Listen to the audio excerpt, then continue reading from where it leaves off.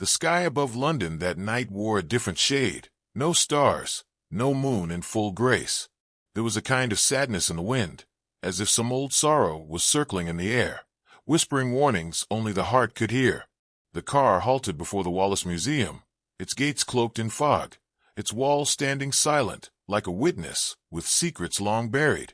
Hercule Poirot stepped out first, adjusting his hat with that same deliberate elegance he was known for. Yet tonight, there was no smile on his face. I followed close behind, Hastings as ever, but this time we both shared something unsaid between us. A tension, a question, a truth we hadn't yet met. "Hastings," Poirot said softly, his tone more burdened than usual. "This time it is not merely about theft, or even murder. Tonight, it is the assassination of the soul, and I intend to see it rise again." We had received an anonymous letter. No name, no return address, just a single line. The mirror reflects a lie, but hides a real sin. Alongside it, a train ticket to Paris, an unsigned hotel reservation slip, and a torn photograph, half of a woman's face, the other burned beyond recognition. The museum doors opened with a whisper, and standing there was a man who looked as if time had passed through him rather than over him, Sir Alistair Montague. His face was pale and hollow, the shadows under his eyes like bruises of sleepless guilt. His voice trembled as he spoke. "You came at last, Monsieur Poirot. I feared time had already run out." Poirot simply replied, "Time never truly passes, Sir Alistair. It merely waits for us to recognize our mistakes." Inside, the Wallace Museum looked untouched. Every sculpture, every painting was in its place, and yet something was deeply wrong. The silence in the gallery wasn't natural. It was frozen, like a scream caught mid-breath. And then she appeared, Lady Violet Smay, a journalist by name, but tonight she looked more like a soul carrying someone else's pain. In her hand was an old diary. In her eyes, the kind of knowledge one only gains after surviving something they were never meant to remember. "Mr. Poirot," she said, her voice calm but haunted, "you always find the truth, but this time, you must first feel the ache of what it means to lose your identity." Poirot took the diary from her, examined it briefly, and then, almost in a whisper, closed his eyes and said, "Come, Hastings. Tonight, we will not just search for the truth. Tonight, we will stare into the mirror of lies and find the face long lost behind the glass." And so began our descent into a mystery where the mirror didn't just reflect faces, it captured lives. The diary sat unopened for several minutes, resting on the glass table in the museum's private lounge, like a relic pulled from some forgotten tomb. Its leather cover was cracked with age, the clasp broken, as though someone had tried desperately to seal it and failed. Poirot studied it in silence. His eyes did not move across the page at first. Instead, he waited, as if letting the air around us settle, as if letting the diary breathe. "Do you feel it, Hastings?" he said softly. "The weight of the past. It is heavier when truth has been denied." Lady Violet stood by the window, her arms crossed, her back rigid against the chill that seemed to rise from the floor itself. "That diary belonged to my mother," she whispered, "but I was told it was destroyed long ago." Poirot opened the first page. The handwriting was delicate, almost hesitant. Each stroke of the pen seemed like it had been drawn under threat of silence. There was no title, no date, only a name. Marguerite. Sir Alistair, who had remained seated in a velvet armchair, flinched at the name. It was subtle, just a twitch at the corner of his mouth, but Poirot noticed.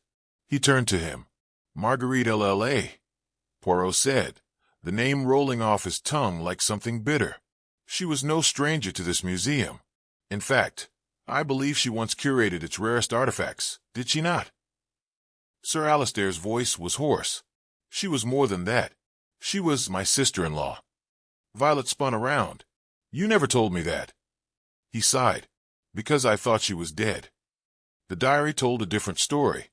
It was a confession, wrapped in riddles. Marguerite had once discovered something, an artifact hidden beneath the foundations of the Wallace collection. A mirror, far older than the museum itself. "A Venetian design," she wrote. but with inscriptions not even the most seasoned scholars could decipher. She claimed the mirror didn't just reflect, it remembered. "It is as if the mirror keeps the soul," the entry read. "And in it, I saw someone wearing my face, but with someone else's eyes." Poirot closed the book gently. She was not mad, Hastings. She was being watched. Violet sat down, her breath catching. "You think my mother wasn't herself?" Poirot looked at her, then at the diary, then back toward the gallery doors. "No, mademoiselle. I think she was entirely herself, and I believe someone tried to erase that truth from every page of history." Suddenly, a distant noise echoed from the museum's west wing. A faint shuffle, a breath, or something imitating it. Poirot stood. "The frame," he said quietly. "We must find a frame that holds no portrait, for in it, I believe, we shall find the one face everyone here has tried to forget." The west wing of the Wallace Museum had long been forgotten by the public, and perhaps by design. The lights here were dimmer, the air colder, the footsteps softer, as if time itself slowed to listen. Portraits lined the walls, dukes, duchesses, forgotten patrons with names carved into plaques beneath gilded frames. Their painted eyes watched as we moved through the corridor, but Poirot walked with quiet certainty, as if led not by evidence, but by something deeper, intuition, or perhaps memory not his own. "There should be one more," he murmured. "One final portrait. But look, there's a gap." I turned, and indeed, where the symmetry of the display demanded a final painting, there was only dust on the wall, and 4 hooks, empty, rusted, waiting. Violet stepped closer. "I've never seen this section open to the public," she said, her voice almost reverent. "It's off limits, even to staff." Poirot reached out and brushed his gloved hand across the wall. Yet something hung here, something that did not belong, or perhaps belonged too much. Sir Alistair arrived moments later, summoned by Poirot's earlier request. His face paled as he saw the empty space. "There used to be a painting," he admitted. "It was removed years ago, after Marguerite disappeared." "And why was it removed?" Poirot asked. "Because she painted it herself. But it wasn't of her. Not exactly." He hesitated, then continued. "She claimed it was a self-portrait, but the woman in the painting, it wasn't her face. It was as if she had painted someone else's spirit, wearing her skin. The eyes were wrong. Too bright, too knowing." "Where is it now?" Poirot asked. "In storage," Sir Alistair said reluctantly. "We keep it in the cellar vaults, under lock and key." Poirot nodded once. "Then take us there." The descent into the cellar felt more like a descent into confession. The air grew heavier. The museum above us faded into silence, and what remained was brick and shadow. At last we reached the vault, a thick iron door requiring 3 separate keys. Sir Alistair unlocked each one, with trembling hands. The room beyond was narrow, filled with artifacts deemed too damaged, too strange, or too dangerous for public view. And there, in the far corner, beneath a canvas sheet and layers of dust, lay the painting. Poirot removed the cover slowly. The image that emerged sent a chill straight through me. A woman, sitting before a shattered mirror. Her face was turned away, yet her reflection stared directly at us, with Marguerite's features, yes, but twisted slightly, her mouth smiling, but her eyes wide with silent warning. And in the mirror's shards, faint images of other faces, some screaming, some watching, some blurred like things trying to claw their way out. "My God," I whispered. What is this?" Violet took a step back. "That's not just paint. That's something else." Poirot leaned in. "Look closely, Hastings. The brushstrokes near the frame. See how they curve, not like a painter's hand, but like fingerprints dragged through oil. This was not merely a painting. It was a seal." Sir Alistair's voice was barely audible. "She said it would protect us." Poirot turned to him, expression grave. "No, monsieur. It did not protect you. It imprisoned her." He turned back to the image, his voice colder now. "And someone, perhaps Marguerite herself, wanted us to find this, because the seal is breaking." The following morning arrived not with the golden promise of dawn, but a dull gray gloom that clung to the sky like morning cloth. Within the museum, silence reigned like a sovereign. It was not the usual hush of reverence, but something weightier, like the building itself was holding its breath. Poirot had spent much of the early morning alone in the East Gallery. He stood before a sculpture few visitors ever noticed, a woman carved in white marble, seated with her face hidden behind veils of stone. Her hands clutched an open book, its letters eroded with time. A plaque at the base read, "Sylvia Darcy, patron, lost not forgotten." Violet joined us, her expression solemn. That statue, it was Marguerite's obsession. She spoke to it more often than she did to people, said it was modeled after a real woman who was buried alive in her grief. Poirot circled the sculpture slowly. "No detail here is arbitrary," he said, his fingers lightly tracing the carved folds of Sylvia's gown. "The book in her lap, the way her face is hidden, it is not mourning. It is silence enforced." He turned to Sir Alistair, who had entered behind us. Who was she truly? Sir Alistair hesitated, his voice hoarse. Sylvia Darcy was Marguerite's grandmother. She disappeared in 1891. No body was ever found, only a blood-stained handkerchief in the south courtyard. My father claimed she'd gone mad, that she wandered into the Thames. But Marguerite insisted she was still here, that the museum was her tomb. Poirot tilted his head. And the statue? It was commissioned 5 years later. The sculptor, he died before finishing it. A heart attack. Alone.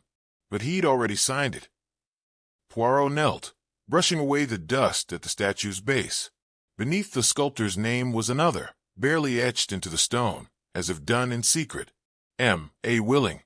Marguerite Ashcroft Willing. Poirot rose slowly. So she finished it, and sealed something inside it.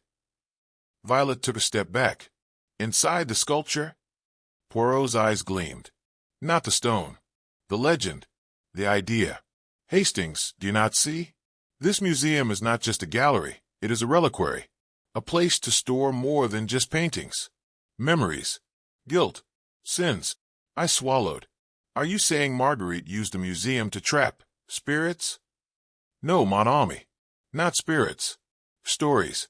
But stories have power. At that moment, a sudden chill blew through the corridor. The lights above us flickered. And then, without warning, the silence broke. From the rear of the gallery, a soft weeping echoed through the hall. Not frantic, not ghostly, but human, real. Despair made flesh. We followed it to the Hall of Antiquities. There, in a room filled with relics and ancient mirrors, stood a woman in a pale blue gown, translucent, flickering, as if she existed between one breath and the next. She turned. Her face was Marguerite's, but younger, frilier, her eyes wide with recognition. "Don't let them silence me again," she whispered. And then she vanished, leaving behind the faint scent of lilies and burnt parchment. Violet gasped. That wasn't a ghost. That was her memory. Poirot turned slowly toward the mirror at the end of the hall, the same Venetian frame we had seen in the restricted archives. "It's not the painting," he said at last. "It's not the statue. The true prison is the mirror." The museum had changed. Not visibly, not structurally, but in weight, as if the walls, having heard too much, sagged inward under the burden of what they now remembered. Poirot walked in silence ahead of us, his footsteps deliberate, his gaze unshifting from the mirror in the Hall of Antiquities. The same mirror whose filigree frame curled like vines around a polished black heart. But tonight, it was not just an artifact. It was a witness, perhaps even a jailer. "I must speak to it," he murmured. I stared. "The mirror?" He nodded, his eyes never leaving its surface. "Not aloud, mon ami, but with presence, with thought. If what I suspect is true, it does not merely reflect, it absorbs." Violet stood frozen near the entrance, her hands clenched at her sides. There were nights Marguerite would sit before it for hours, just watching. Once I asked her what she saw. She said, "All the women who came before me, and the one who never left." Poirot stepped forward and sat on the wooden bench that faced the glass. The lights dimmed above him, flickering once. The air turned close, heavy, and then the mirror clouded. Not like breath on glass. This was slower, as if something inside stirred. Shapes formed, first vague, then terrifyingly clear. A woman, bound in lace, her mouth sewn shut with silk thread. Behind her stood 4 others, silent, watching, waiting, and in the far left corner, barely visible, a child. Her face identical to Marguerite's, though the eyes, they were wrong. Poirot spoke softly, almost a prayer. Who were they? The mirror pulsed, then cleared. All that remained was his reflection. No one else saw that. I asked, shaken. Violet nodded. I did. And the child? I've seen her in dreams. She says her name is Alina. Sir Alistair had entered behind us, his face ashen. Alina was Marguerite's sister. She died at birth. That's what we were told. But I always thought. He stopped, swallowing. Poirot stood. There was no death. Only disappearance. I believe the mirror holds a memory of every betrayal committed in its presence. And this building, this museum, was constructed not to honor Marguerite's lineage, but to hide its sins. Violet reached into her coat and retrieved a leather-bound notebook. Marguerite left me this. I never dared open it. Until now. The pages inside were filled with feverish script. The early entries were lucid, notes on architecture, art, family trees. But as the pages turned, so too did the handwriting. It grew erratic, slanted, desperate. They told me Alina was gone, but I still hear her crying in the walls. They say memory fades, but what if memory made solid? She watches me from the mirror. Her eyes bleed blame. Poirot took the notebook, eyes scanning faster now. This is not madness. This is memory unraveling a false past. Someone here, someone still living, knows the truth of what happened to Alina, and they have fed the mirror lies to keep the silence intact. Just then, the lights went out. Total darkness. Then a voice, ragged, hollow, echoing from the chamber behind the antiquities wing. She never left. You buried her, but the mirror remembers. We spun, and Violet gasped. That was Dr. Ashcroft's voice. Marguerite's father. Sir Alistair shook his head. He died 15 years ago. Poirot stepped forward, his face lit only by the weak orange glow of his pocket torch. Then who just spoke his words? We moved through the dark like phantoms, Poirot leading with his flickering torch, casting long shadows that twisted across the marble floors. The voice, Ashcroft's voice, had come from beyond the antiquities chamber, a space believed sealed since the museum's renovation 10 years prior. Yet as we reached the farthest alcove, we found something that should not have been there. A narrow passage, unlit, open behind a dislodged cabinet. The air that crept from it was not just stale. It was damp, fetid, and cold with the chill of places untouched by time. Sir Alistair hesitated. That wing was sealed after the archives were moved. No one has had access since. Poirot turned, eyes gleaming like polished emeralds in the beam of his torch. No one, or so you were led to believe. We stepped through. The corridor narrowed the deeper we went. Stone gave way to earth, and silence became a weight. Then a door. Wooden. Old. No knob, just a rusted iron handle. Poirot pressed his palm to the surface, closed his eyes. This is where it happened, he whispered. Where the truth was interred. He pushed the door open. Inside was a small chamber, circular, with walls lined by shelves containing nothing but small boxes. Each was labeled with initials, handwritten in faded ink. In the center, an antique desk, its surface warped with moisture, its drawers locked. And on the far wall, a large, cracked mirror. It was not the Venetian mirror from the main gallery. This one was older, coated in grime and dust, but unmistakably similar in style. At its base lay dried flowers, crumbled letters, and a single doll. Violet froze, her face pale. That doll, it belonged to Marguerite. I've seen it in photos. Poirot stepped forward, studying the mirror. Nah, not Marguerite's. This belonged to the one who was never allowed to grow. Alina. He turned to the desk, pulled at the drawer. It groaned open reluctantly. Inside lay a single item, a recording cylinder and an old wax player. With careful fingers, Poirot wound it. The crackle of old static filled the room, and then a voice. Feminine, quivering. My name is Alina. I was born second, but I remembered first. He told me I was never meant to be. But I am here. I saw what they did. The blood. The lie. He told them to forget me, and they did. Static again. Then one last line. But the mirror never forgot. The cylinder ended. No one spoke for a long moment. Even Sir Alistair, usually skeptical, looked ashen, his mouth slack with disbelief. That voice that was a child. She sounded real. Poirot stood in front of the mirror, inspecting its surface. They did not kill her, Hastings. They erased her. A crueler fate. She was hidden, locked here with relics, with dust and sorrow. This mirror does not reflect the present. It reflects what was stolen. He gestured to the boxes on the shelves. These are not just records. They are memories, curated and buried. I believe Marguerite found this place. And I believe she tried to bring Alina back, not physically, but in memory, through the Venetian mirror upstairs, and through her art. Violet shook her head slowly.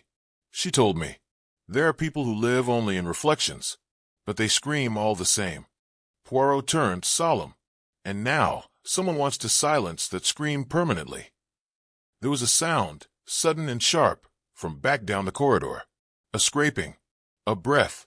We weren't alone. Poirot raised a hand, signaling silence. We listened. Then, faint footsteps, retreating. Someone has been listening, he murmured. And they will act before we piece it all together. He looked back at the mirror. We must move quickly. The past is bleeding into the present, and someone means to lock it away forever. We returned to the main gallery just before dawn, the stained glass filtering in the first gray-blue light of morning. The Venetian mirror, framed in gold leaf and myth, still hung above the fireplace.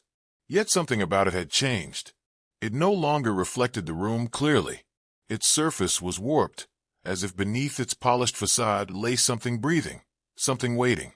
Poirot moved toward it slowly, like a man approaching an open grave. Mon ami, he said to me. When a lie is told often enough, it begins to echo. But in this case, it was carved in glass, and it is beginning to fracture. Violet, pale and silent, stepped to the mirror, lifting her hand toward its surface. Her fingers hovered just inches from it. When I was little, she said quietly, Lady Montague forbade me from standing near it. She said it would show me something I wasn't ready to see. Poirot glanced at her sharply. And did it? Violet hesitated. Once. Just once. I was 7. I swear I saw another version of myself. But thinner. Hollow-eyed. Not moving the way I moved. When I told her, she locked the gallery for a month. The reflection was not yours, Poirot said gently. It was Alina's. Imprinted. Preserved. A mind forgotten by history, but not by memory. Sir Alistair, now shaken and hesitant in his once proud footing, entered quietly, his coat askew, his hands wringing. Poirot, you must understand. These weren't meant to be crimes. They were necessities. We were told Alina's mind had collapsed, that she was dangerous, that her presence would fracture the family legacy. It was never about hate. It was about preservation. Poirot's voice turned cold. Preservation? Of what? Your name. Your gallery. Your aristocratic piece. Alistair looked down, shame trembling through his frame. The doctor said she could be contained, if she was kept from light, from mirrors, from truth. Violet turned sharply. And what about Marguerite? She wasn't just painting beauty. She was painting guilt. She tried to bring Alina back. Wasn't that why you discredited her work? Alistair's eyes filled with tears. I was trying to stop a ghost from becoming a scandal. Poirot shook his head. Non, monsieur. You were trying to silence a story that should have never been buried. At that moment, something shimmered within the mirror. Not a reflection, but a flicker. A flash of movement independent of any of us. Then, softly, the glass began to fog from within, and upon it in thin, slow lines, like handwriting etched by frost, appeared a phrase. She remembers. Poirot stepped back. It is a warning, not from Alina, but from whoever still guards the secret. Violet's voice was barely above a whisper. Lady Montague. We found her in her private quarters, just as the first true light of morning broke through the windows. She sat stiffly at her vanity, staring into a hand mirror, her face frozen with a serenity that felt utterly unnatural. In her lap, a folded letter. Poirot lifted it with a gloved hand and read silently. Then aloud, "She was never meant to leave the walls. But the past has a mouth, and it has learned to speak." Lady Montague turned her gaze toward us, her voice brittle. "I made a choice. One child over another. One future over 100 broken truths. Alina was never mad. She was brilliant. Too brilliant. She remembered too much. And Marguerite, she dug too deep." Poirot's face softened, but only just. "You knew the mirror preserved her. You knew it would surface. That's why you staged the gala now, to draw attention away, to plant a theft while hiding a soul." Lady Montague nodded slowly. "But it's too late, isn't it?" He looked at her long. "Yes, madam, because now the dead have a voice, and the living must listen." The gallery was silent, too silent, not the peaceful hush of repose, but a vacuum left in the wake of something ruptured. It was just past 6 when the staff arrived to prepare the museum for its reopening, only to find the Venetian room locked from the inside. No key turned it. No master latch responded. The great golden doors stood sealed, as though the room itself had chosen to withhold its secrets a little longer. Poirot stood before them, unmoved. "She has not yet finished speaking." Behind us, Violet Smay gripped her notebook tightly, her knuckles pale. "What do you mean, she?" He turned to her. "Alina, the girl who was buried behind glass and silence. We did not unearth her. She unearthed herself." The curator, Briggs, arrived moments later, pale and stammering. "Mr. Poirot, the staff, they're frightened. The mirror, it's changed." Poirot's eyes narrowed. "Describe it." Briggs swallowed. "It's no longer showing the room. It's reflecting faces. Dozens of them. But none of them are present." The crowd of museum staff whispered prayers under their breath. "Show me," Poirot said. They led us to the security office. There, on the grainy black and white monitor connected to a surveillance camera inside the Venetian room, we saw it, an image that chilled my bones. The mirror's surface shimmered like mercury. Faces pressed against it from inside, their eyes hollow, their mouths silently open as if in scream. The largest face, central and luminous, was unmistakably that of a young girl with high cheekbones, pale hair, and a stare that penetrated the screen. Violet whispered, "Alina." Poirot's voice was grave. "It is not a ghost, mademoiselle. It is a memory, but a memory so powerful, so unresolved, that it has burned itself into the objects around it. That mirror is no longer glass. It is grief incarnate." Lady Montague arrived, escorted by Inspector Japp, her expression rigid with defiance, but her eyes betrayed her. They searched the monitor as if hoping to be proven mad, but the faces stared back. She collapsed into the nearest chair. "You don't understand. It was never about the inheritance, or the reputation. It was about control. Alina knew things. From birth. Things no one could have told her." Japp looked skeptical. "What sort of things?" Lady Montague turned to Poirot, her voice faint. She remembered things from before she was born. Names, places, dates. My mother-in-law called her a changeling. Said she was cursed. We thought if she were kept away from mirrors, away from glass, she might forget."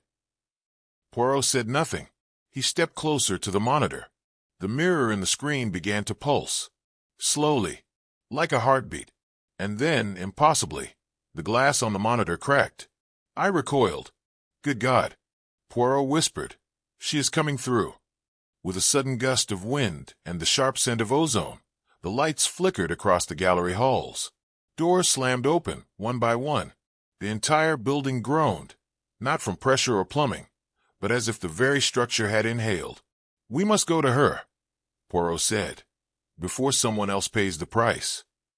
He, Violet, Japp, and I made our way through the shuddering halls. When we reached the Venetian room once more, the golden doors had opened. Inside all was still. The mirror stood alone. No paintings, no candles, only silence. Poirot approached it, slowly, reverently. "Alina," he said gently. Your name was erased. Your story rewritten. But we are here now. We remember. The mirror flickered. Then, without a sound, it cracked. A hairline fracture snaked down the center, and through it spilled not blood, not shadow, but a single tear of water. It trickled down the glass, and fell to the floor, with a soft plink. Poirot bowed his head. She is free. Lady Montague wept silently behind us. Violet, too, though she tried to hide it. The gallery grew warmer by degrees, as if some cold presence had exhaled its last and gone to sleep.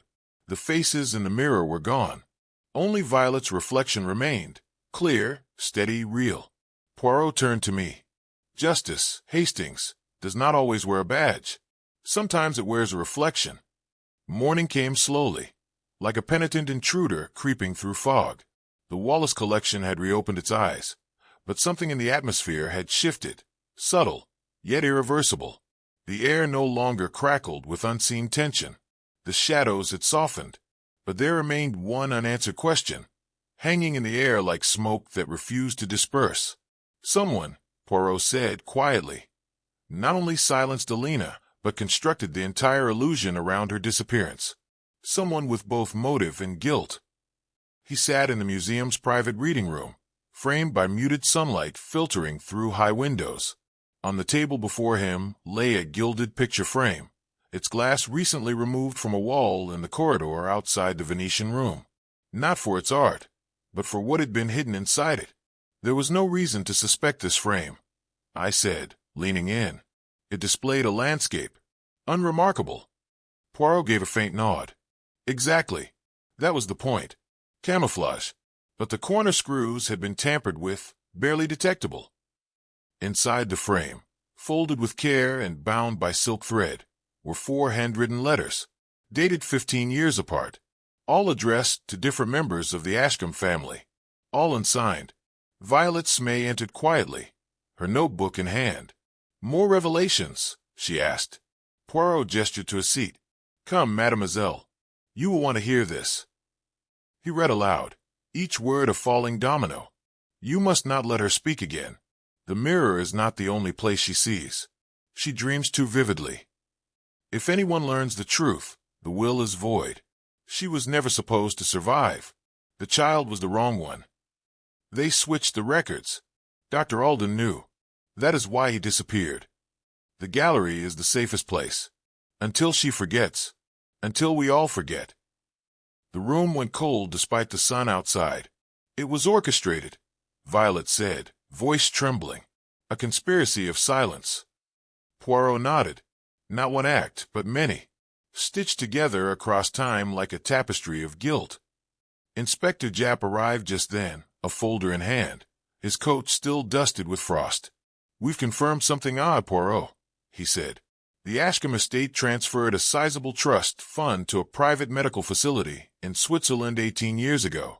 The recipient was listed only as E.M., but there's no living relative with those initials. Poirot closed his eyes. E.M. Evelyn Montague. Or so we believed. Violet stood. You mean Evelyn wasn't Evelyn? Poirot stood as well. The girl who inherited the title, the estate, the family legacy, may have been Alina all along. The shock struck us all silent. I suspected as much. Poirot continued softly. Her aversion to mirrors, the nightmares, the flickers of memory. But it was not Alina who haunted the museum. It was Evelyn, buried beneath a false name, living a borrowed identity. But why? I asked. Poirot walked to the mirrorless wall. Because someone chose the wrong twin to survive. Perhaps Alina was too wild, too intuitive. Perhaps Evelyn was easier to mold. But something went wrong, and the one who remained was rewritten. A sudden rustle turned our heads. Lady Montague stood in the doorway, her face pale as old parchment. It was me, she said. I made the decision. Japp stepped forward. You're confessing. She held up a hand. Not murder. Not in the way you think. The twins were sickly. Only one was expected to live. When Alina recovered, I panicked. My husband had already prepared papers for Evelyn's inheritance. I feared legal ruin, so I told the nurses to keep quiet. Alina became Evelyn. She sat down heavily, her composure unraveling. But she knew. Even as a child, she drew faces that weren't hers, recalled lullabies no one sang. The mirror, it wasn't haunted. It was her only honest reflection. Poirot offered her no comfort. What you did, madam, was not a crime of blood, but one of identity. You erased a soul. Silence hung in the room like a judgment. After a moment, Poirot looked at Violet. Mademoiselle Smay, your articles, I believe they may yet serve a higher purpose. She nodded, eyes glistening. The truth will be written. As Lady Montague was led away, head bowed not with shame but with exhaustion, I felt the weight of the past begin to lift. Guilt had found its name, and memory its reckoning. The fog returned that evening, not as an omen, but as a veil gently lowering over a performance long concluded. The Wallace collection had fallen into hush once more, its corridors still bearing the echo of steps, questions, and confessions that could never be unheard. And in the heart of it all, where secrets had coiled like vines behind gold and glass, the Venetian mirror stood again in its rightful place, restored, but never the same. We gathered in the Grand Gallery one final time, Poirot, myself, Violet Smay, and Sir Alistair, who now looked less a curator and more a man humbled by history. Across from us stood Evelyn, or rather Alina, no longer pretending, no longer concealed behind the name given to her like a borrowed mask. She approached the mirror slowly, as if it might vanish should she move too fast. No crowds, no lights, only the quiet click of her shoes against marble and the muted creak of aged floorboards beneath her weight. She stopped before the glass, and for a long moment simply stared. I used to see her, she whispered. This girl with my face but different eyes. I thought I was losing my mind. You were not, Poirot said softly. You were remembering. Alina reached out, her fingers trembling, and touched the mirror's gilded edge. Then I began to realize she wasn't someone else. She was me, hidden, forgotten, like a breath held too long. Poirot stepped forward, his voice low, almost reverent. The mind, mademoiselle, is an exquisite architect. It builds walls when the truth is too cruel. But even the finest walls crumble, given time. Tears welled in her eyes, but she did not cry. I was never Evelyn Montague, she said, and now I don't have to be. Violet Smay approached, offering her a sealed envelope. For your future, she said, not the past. Alina opened it to find a document, the reversal of her guardianship, the restoration of her real name, and a letter of apology from the museum trustees. Who am I now? She asked. Poirot gave a small, solemn smile. You are Alina Montague, a survivor, a mirror once fractured, now whole. Sir Alistair stepped forward. The exhibit shall remain, he said, but with a new plaque. The girl in the mirror, a reflection of forgotten truths. I glanced at Poirot. His eyes were distant, reflective. We walked the museum one final time before departing. The corridors now felt sacred. Each corner, each portrait, every pane of glass seemed somehow more alive. No longer silent witnesses, but storytellers redeemed. As we passed through the courtyard, the fog parted like curtains. Above us, the moon hung pale and round, no longer eclipsed. At the gate, I turned to Poirot. So many lies, so much buried, and yet it feels like something beautiful survived. He nodded. Because it did. Truth, mon ami. It is not always gentle, but it is always liberating. A single light remained lit behind us, the one above the Venetian mirror. In its shimmering surface, just for a moment, I thought I saw her again. Not as Alina, not as Evelyn, but as herself. And this time she smiled.